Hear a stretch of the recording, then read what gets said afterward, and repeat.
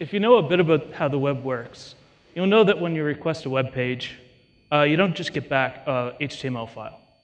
You actually get back a response code.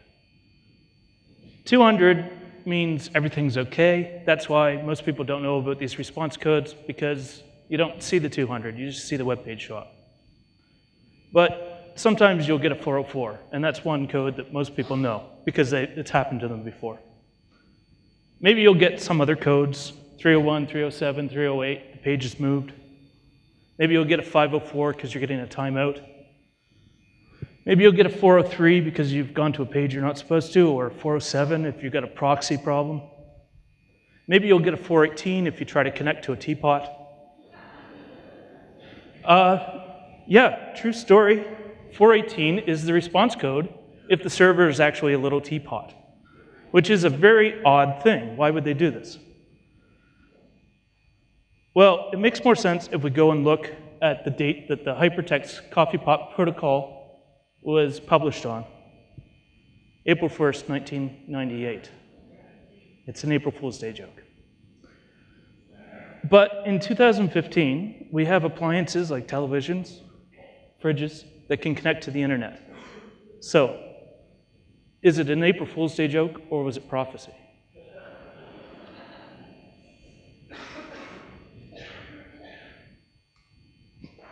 So my name's Scott. I'm incredibly nervous right now, so please bear with me. I'm a...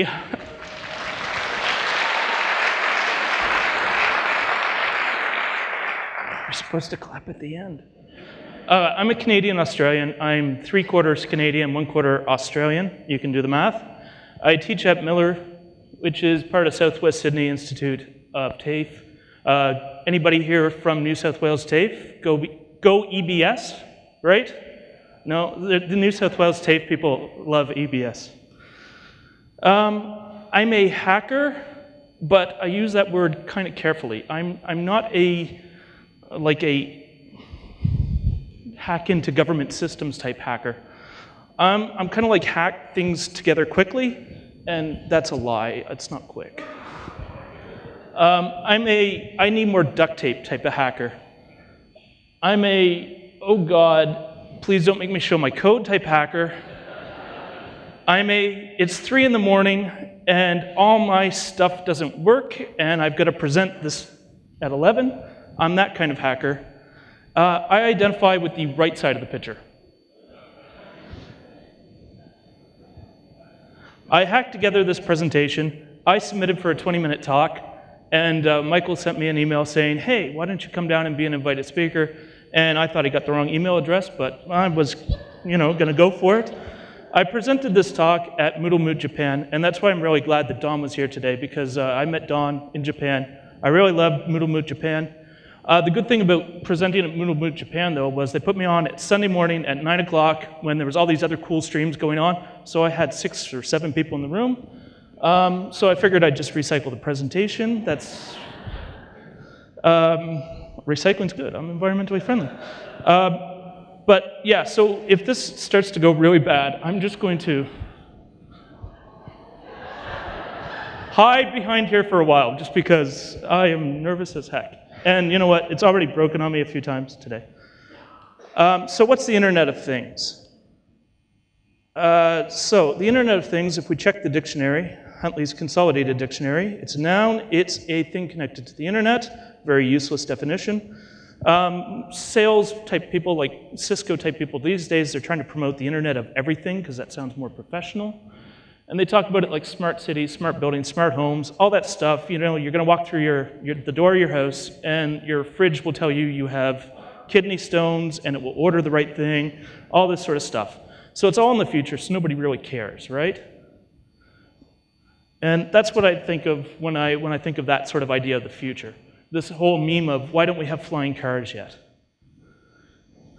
Well, the thing is, it is the future. It's taken us a while. It crept up on us. We didn't realize that it's the future, and it's the future now. I say this because one day I was pumping gas. That's a North American expression. I was filling up my tank at the Bowser, and I'm there at Woolies Caltex, and I look around, and there's screens everywhere. There's television screens. And I'm like, when did this happen? That I look around and there's not just 1 or 2 television screens, there's like a full 24 television screens. You know, if it was a cloudy day and I did have a flying car, this is Blade Runner. It's the future. So I reject that idea that Internet of Things is something coming in the future. It's the future now. And anybody here have an Internet of Things device on them? Yeah, a few people. You should all raise your hands. You're all liars if you didn't raise. You all have an Internet of Things. Yesterday, Kimberly was showing me her Apple Watch, smartwatch. I don't know what it's called. That's an Internet of Things device. Over here, I've got a Fitbit tracker. That's an Internet of Things device. You all have them. I know you do. You all have phones. You all have things that connect to the Internet. So, I went too fast. So I kind of define it as cool things that you could make, I could make right now using a microcontroller board. So what's a microcontroller board? I don't know. But the one that I work with is called Arduino. And Arduino, I think, is a really cool device. It's developed by some Italian guys. Actually, there's a really cool civil war going on in the Arduino world right now. So if you're into inside baseball, go read up about what's happening to Arduino. It's open source hardware. We all like open source, or at least we should, because we're here for an open source product, Moodle, right? But the idea behind that is anybody can make Arduino compatible devices. And they're often used in do-it-yourself devices or projects. I thought, this is really cool. I want to play with this. I'm a web teacher, though, so I shouldn't really be getting involved in this. And then last October, I said, oh, screw it. I'm going to burn something down. Why not have some fun? So I found out that I've got a new hobby, and that's collecting Arduino and clones. And here's 5 of mine that I took just the other day. In reality, I probably have 10 times as many. But I like this picture because it's kind of like the spectrum. I almost have the full color spectrum. But they all vary in authenticity. And this one here on the far side, that's a SparkFun Red board, $25 about. This one came from China. It's about $5, but it was really hard to get working because I had to go find all this weird drivers and stuff, and all the web pages were written in Chinese.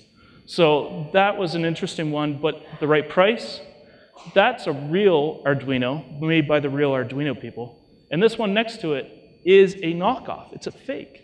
They actually make it to make it look like the real ones. So you'll buy that one. I knew, though, I only paid 15 or so for it, and I knew that can't be real.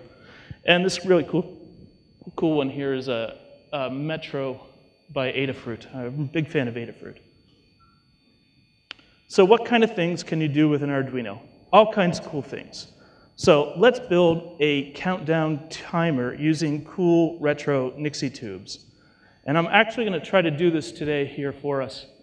But I got some Nixie tubes in the mail the other day, and I only got them like a week ago. And I was like, I've got to build this for MoodleMoot.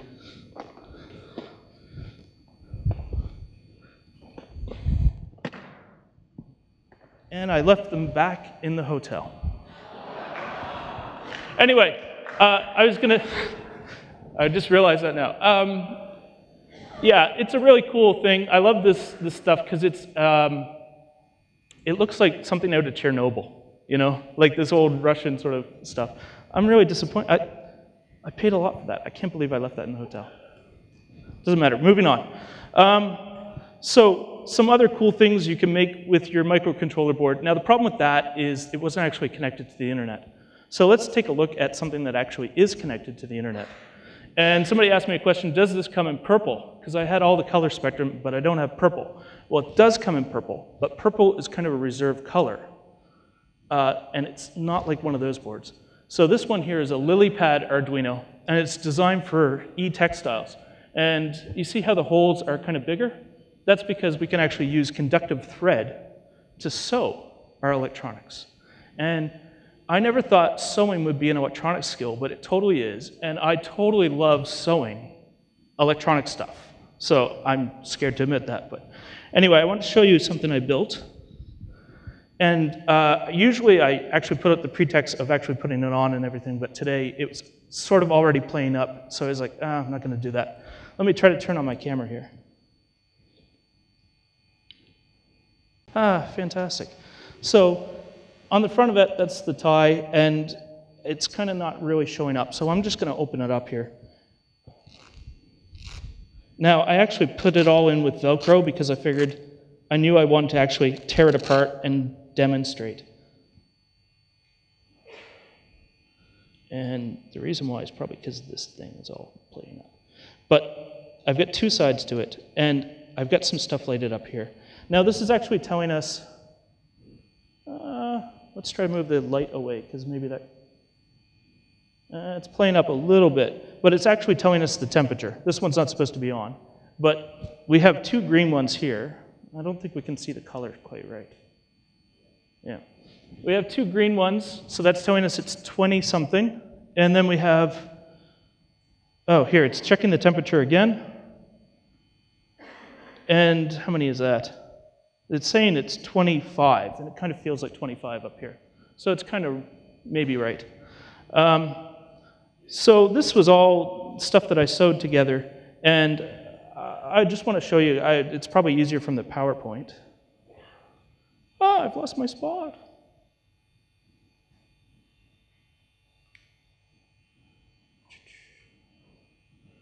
So this was my first sort of IoT device that I built together. And it's just kind of figuring out the temperature and displaying it through a bunch of LEDs on that circle that I showed you. And when I first got that circle to turn around and change colors, I was so excited. It took me a while, but I was like dancing for joy just watching this thing turn all these colors. Is it Internet of Things, though? Because it's not even connected to the internet. So I selected another board other than this Lilypad one called Floorboard, and I sewed it into the back. And so I've got two sides to my tie. I've called it the back end and the front end. And it's kind of like a pun for web designers. Anybody kind of get it? Like, the front is the display and the back is the logic. Don't clap that. So the back end was kind of working, it made sense. And the idea was that it used this part here, which is actually Bluetooth, and I was going to actually connect to some RSS feeds. And Moodle spits out RSS feeds. So I thought, hey, this is very cool. I could tie this together. The problem is it didn't quite work that way because of unknown reason X.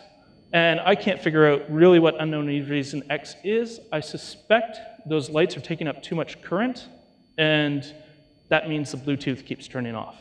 So I made it so it's easily, you can take it apart. Oh, I'm showing you on the camera. You don't have the camera up.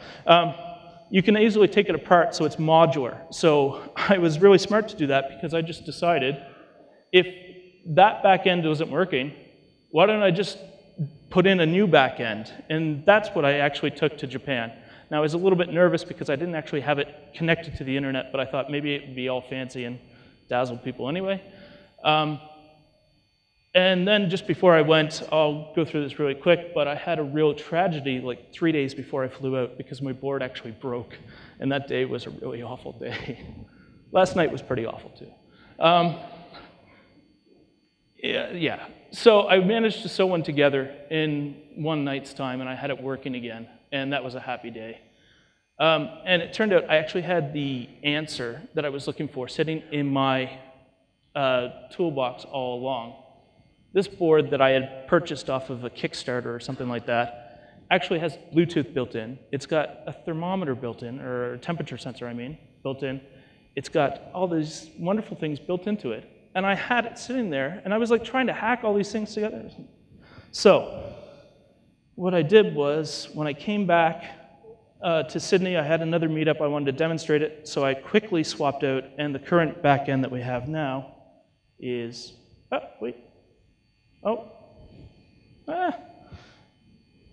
Yeah, so the current back end that I have now, you can see it's actually that board. And I'm actually powering it through another board, but it all works together. So these are actually wires that snap together here. And this one, I was getting, I couldn't get the wire to work, so I actually made a wire. I sewed it together using a Ada cloth on the thread on the Ada cloth. Let me show you what it, oh, look, see, it's actually going around there. and it's calculating the temperature. So it's saying it's 23, it's cooled down a bit. Let me show you the actual programming side of it. So I've got a couple of different programs running, and it's a language very close to C. So for instance, this one turns the tie off, this one does the weather. I've got another one here. No, not that. I'm not going to find it in time, am I?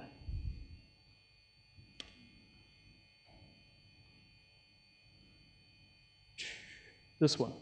This one is going to, in theory, blink according to that Moodle input and so forth. So to actually upload it, it's pretty easy. I just press this upload button. Now, in this case, because it's a bean thing, I have to look for my tie using Bluetooth.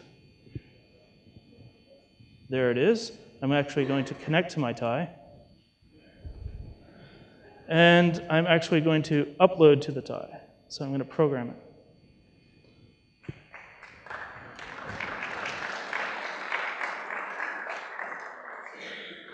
And this shouldn't take too long. In the meantime, I'm going to show you this. I don't know any Python, but I've been able to hack together enough Python that I could run a program. So I'm going to run a program, and it's actually going to keep checking an RSS feed. Now, I'm going to go to my Moodle account. What is this thing beeping for? Oh, failed. Go away. We'll try that again. In the meantime, I'm going to go to my Moodle feed, which is somewhere in here. Yes. And I've got a forum, and I've just got a little post here, and I actually can connect to another post or create another post and everything. So I'm going to, do I want to delete this? No, cancel. Don't tell me it failed. Oh, you. All right, let me just try this. Close that. Open up Bean Loader. Bean Loader. Yeah, demos, that's a great idea, isn't it? Okay, let me refresh.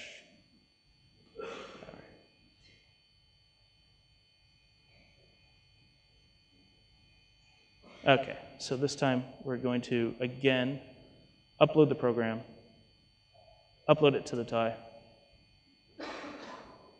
Okay, so my Moodle here, I'm going to, oh, that's why I'm timed out. I'm going to log in.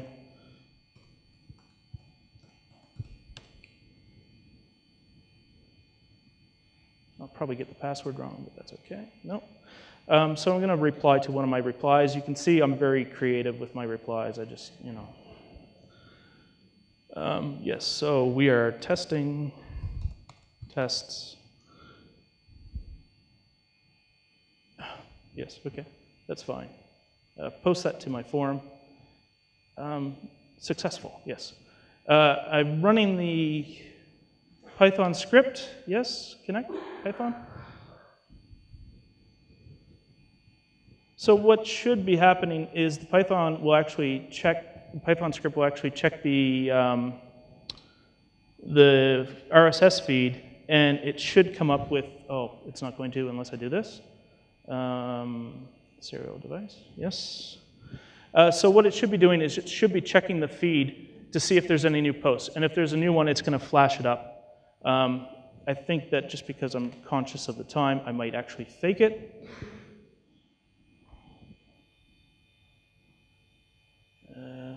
If you see it, actually, oh, you can't see it because it's not on the screen. Serial monitor. All right, so I'm just going to fake it, and I'm going to bring up the serial monitor here. And if I just type in a letter like R, it's going to flash up R. So do I have them both on the same screen? Probably not. This was really clever of you, wasn't it, Scott?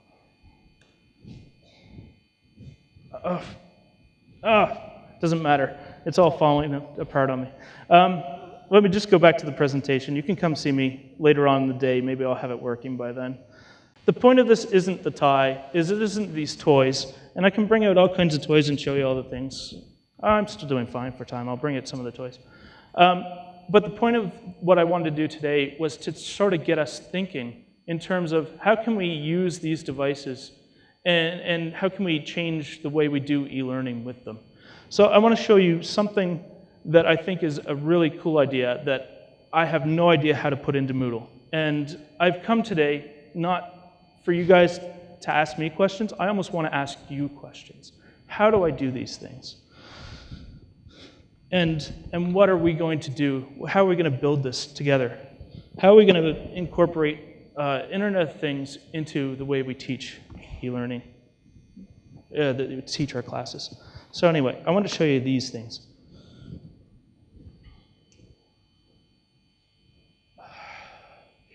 These are my beacons here. So these are iBeacons. And what I think is really cool about these is they're location-aware sort of devices. They're going to spit out a location. So on my phone,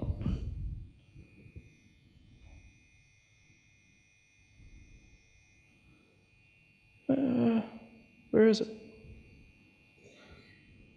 I have an app here, and let me just see if I can bring in this. It's actually saying it's sensing 3 beacons. So it's actually saying it can sense these beacons are here. And I can prove that because I'll get rid of one. So now it's going to say, is everything breaking on me today? Yes. Don't let it shake you. Okay, so the idea though was that these beacons are supposed to be location aware. And I think that this is a really cool idea. We could put these inside inside museums and actually put it underneath the display and build like a smartphone app so that when we come up, we can actually get information on what we're looking at. That's really cool just on its own. I can't believe it's not connected. It's still showing that. That's really cool on its own. But you know, this is essentially a e-learning sort of thing. So is there a way that we can actually incorporate this sort of technology into Moodle? And that's kind of where I'm going to head in my next direction, I think, with experimentation.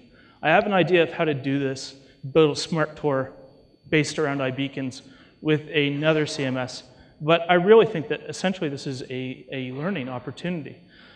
So if you think about all the different places where you can actually incorporate a lesson and actually being in front of a physical object or at a certain location. I mean, I'm thinking of at the University of Wollongong, they actually have a tree walk on campus. So as you walk around, you can see the different types of trees. You could actually build lessons inside Moodle based on that. As you get close to this tree, you know, different activities are going to show up inside Moodle. I think that's a really cool idea, which is one that I want to explore in the future. And I put that on the wishing tree, like you guys told me to earlier. So now, I know what a lot of people are thinking. All this electronic stuff, apparently it's really buggy because it's totally screwed up my presentation today. How do I actually do this? I can't do that. I wanted to show you this thing. So this is a Littlebits Cloud Starter Kit. And this is like, you can actually build Internet of Things just using it's almost like a Lego system. So I only have a few pieces in here today. But that's the actual control for the power for it. But I don't know if I'll plug it in. But that's the power module. And then we can just take other modules and snap them in. So this one's just a button. And when I press the button, something can happen. And this is a cloud module here. So that's going to connect to Wi-Fi, if I get it the right way around. And this one is actually like an output. So in this case, it's going to display a light. And it all snaps together. You might have noticed that it's magnetic and it actually pulled itself together. So it's a really cool thing.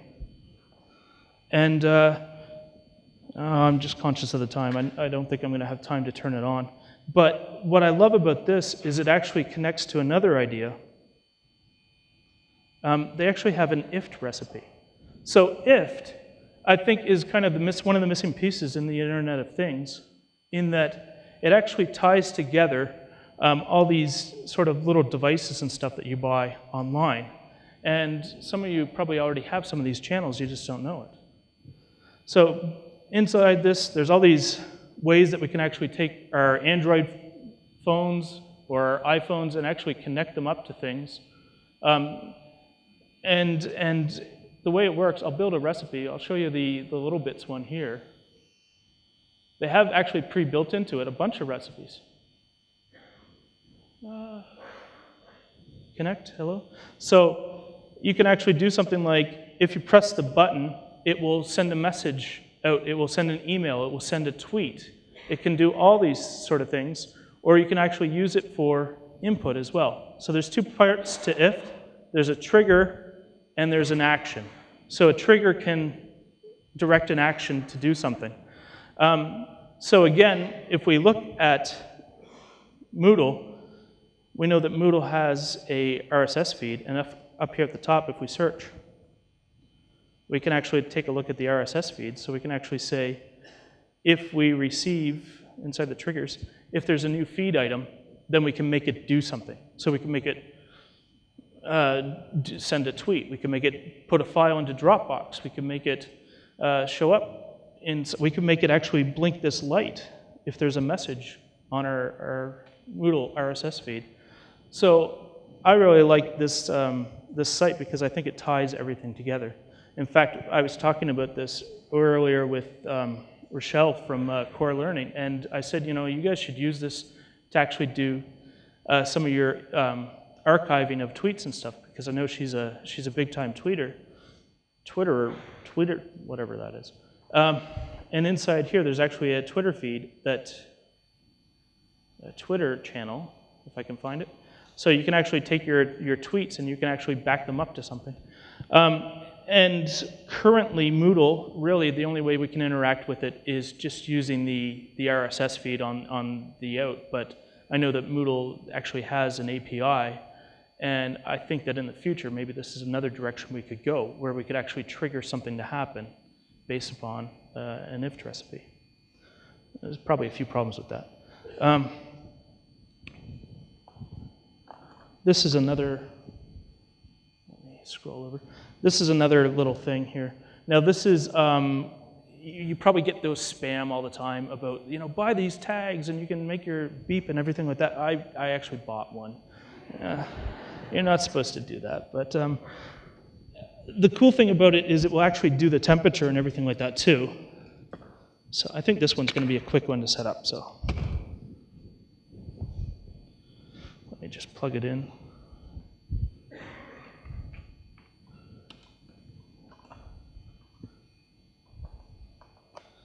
Because the thing is, I know that, you know, it's really cool that you can build all these things, but sometimes it's easier just to buy them for some people. So inside my tags here, where is it? Wireless tag. So this is actually telling me, I've got two tags, and it's telling me what the temperature is. I can do all kinds of stuff. I can make them beep. I can make it beep 30 times. Yeah, we'll stop the beeping because that's. But you can also do things like the stats of also the temperature, for instance. Yeah, view both the stats. And there's probably going to be a big gap because I changed and moved and everything. Yeah, see, it's all kind of weird stuff. The wonderful thing about this is that actually you can go into share, and you actually can create this into a iframe. So in one of my Moodles here, in my test class, so inside here I actually have, under topic 2, I just put in a dummy topic, but I've actually been able to take the sensor data from the tag and actually display it inside Moodle. Why would this be useful? I have no idea. I'm not really coming up with the ideas. I'm more coming up with the hows. But I think that there's probably a lot of ideas in there for, depending upon what you teach, that you could actually start to incorporate these things. And as the APIs get better, and as the integration gets better, it's going to be better and better sort of thing. Weather is a really easy one. There's all kinds of weather stations. I'll show you another one if I get a chance, but I want to show you this one as well, because this is a really specialized one. This one I bought just before I went away. and I tested it on a tree at my house. So this thing here is actually, it senses a plant's sunlight, it senses the temperature, it senses a plant's moisture level of the soil, because it's actually, see, it's got these prongs in there, so it can sense all this stuff from the actual soil. And again, it's got an if channel, so we can actually go into our if channels here, and what is it called? Flower power, right? So we can see inside here the flower power. We can make it do all kinds of things. So I could say, if there's a temperature problem, if there's a moisture alert, I could make it do any of the outputs. So I can make it tweet me if I need to water my plant. And I think that's a really cool thing. That was off the shelf, $70, and I'm all set. So I think that you could almost, if you're teaching like horticulture or agriculture or floristry, you could potentially incorporate that into your class. I've got so much stuff, and I'm looking at the time there. We're already at 4 minutes left. Is there anything else quick I can show? No. I brought way too much stuff, and I didn't have the time. But I think that this is a really exciting field. And I really think, I'm up here speaking about it. I only started in October. This is something that I'm not a very clever guy. I'm not very good at this hardware stuff. You can all get out there, and you can all do this yourself. And in fact, there's a guy in the audience, Darcy, and he really shook my confidence yesterday because he was like, oh, you're doing the IoT stuff. I brew beer, and I want to know how I can hook it up online. And he's starting to talk to me about his Arduino setup, and I'm just like, oh, you should be up there speaking. So when I was at Japan, on the side of the university, I saw this poster, and I had to take a picture and incorporate it. Keep innovating. And I thought, yeah, that's it. That's what we all have to do. And I'm sure that message was for the students, but I felt it as one of the MoodleMoot goers. We have to keep innovating. And the good news is, if you're here today, you're one of the innovators, right? We're here, we're using Moodle, we're using this open source software. We're looking at this and we're saying, there's got to be a different way to teach. And we're doing that. We're innovating. But I also like this idea too. Together we grow Moodle. And I'm going to take advantage of the Hacker Day, and really, because I've got a whole lot of stuff that didn't work. So I'm going to go and I'm going to be like, hey guys, help me out, help me make it work. And I really think that that's the beauty of this community. That together we are growing this software, and I think it's a fantastic thing. So that's pretty much all I get to say.